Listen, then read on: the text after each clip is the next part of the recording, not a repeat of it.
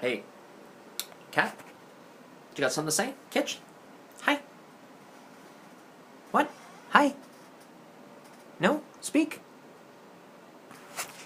Yeah, she was speaking a lot 5 minutes ago. Alright, so this is my last best lesson ever thing. This is, again, a little bit of a typical lesson. I had a student named Shawn many, many years ago. Shawn was kind of an interesting case. He wanted to learn to figure skate himself when he was about, I don't know exactly the date, 11, 12 years old, 11 years old maybe, and had his dad buy him a pair of figure skates and was going out on public skates to teach himself how to stroke. He was noticed there by another coach, and she eventually approached them and said, would you be interested in actually joining figure skating? And he did.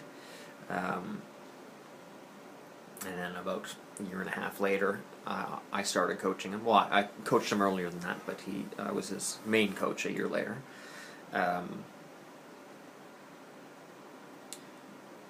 When I inherited him, due to the fact that he basically taught himself to skate, he had, how do I put this, complementarily, he had some errors in his stroking.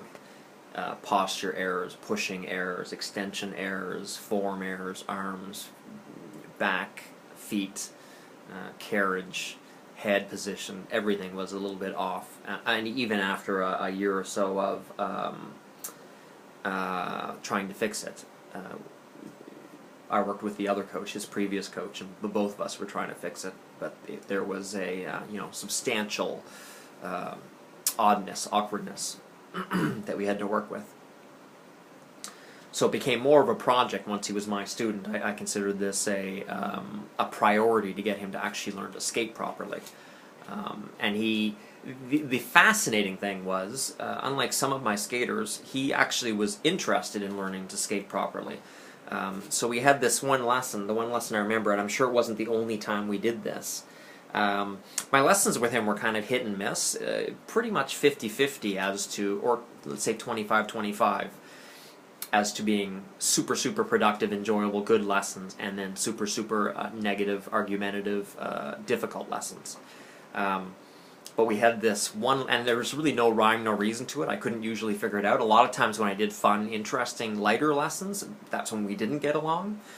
And when I pounded him for technique and corrections, that's when we actually got along great. And this happened to be one of the second type of those lessons. I had a lesson where I decided, okay, we're just going to do stroking, skating, which is forwards, backwards, crosscuts basically. And we're going to do it around the circle. And we're going to just do that for the entire 15, 20, 25 minutes of his lesson until I see things being executed properly.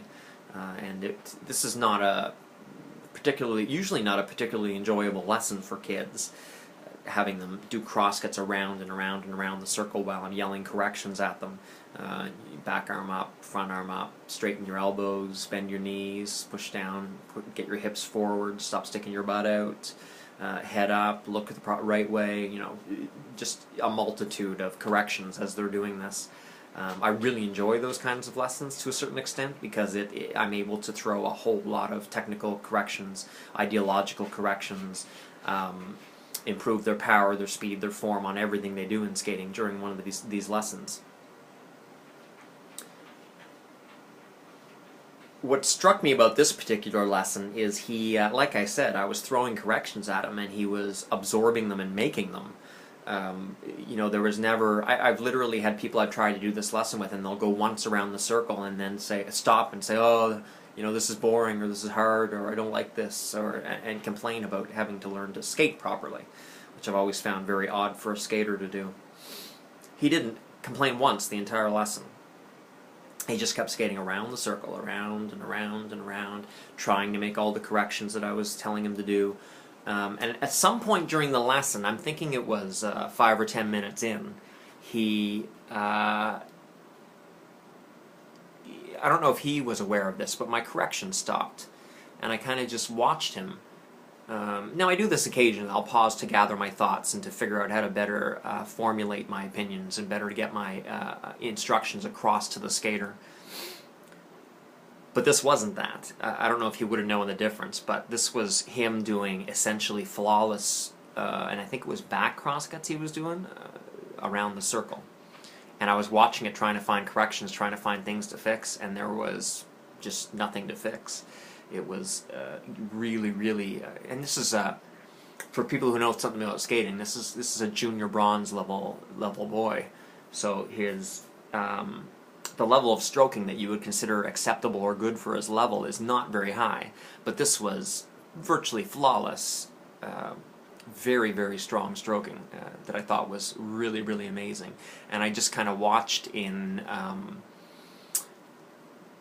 I wouldn't say awe, it's probably overstating it, but I watched in heavy appreciation that he was allowing me to correct and nitpick and adjust his stroking that much, and that he was interested, and that he was getting it, and it was sticking, and it was really working well. I mean, that's basically the whole lesson. He, it sounds like a boring lesson, but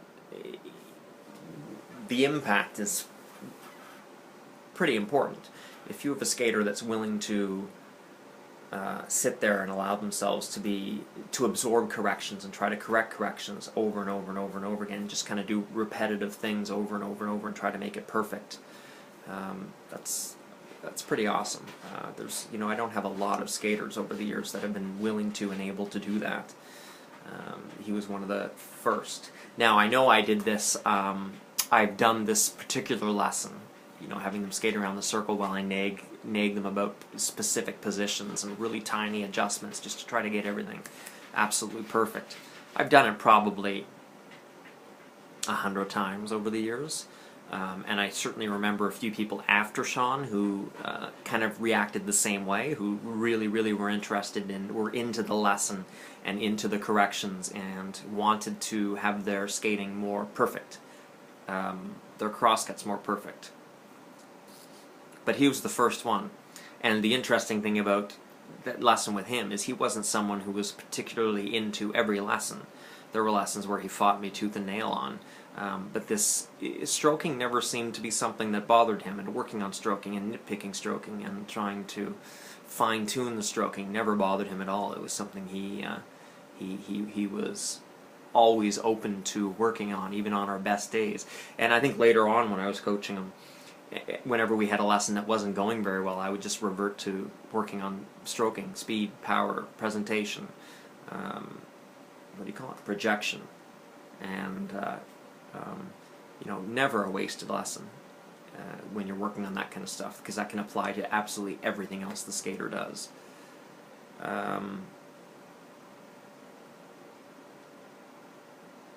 I have any more points about that?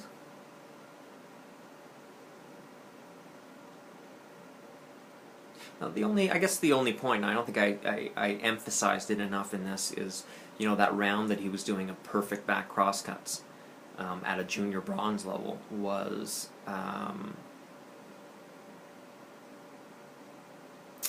it's one of the moments where I really get, my chest clenches up, and I'm like, oh, this is awesome.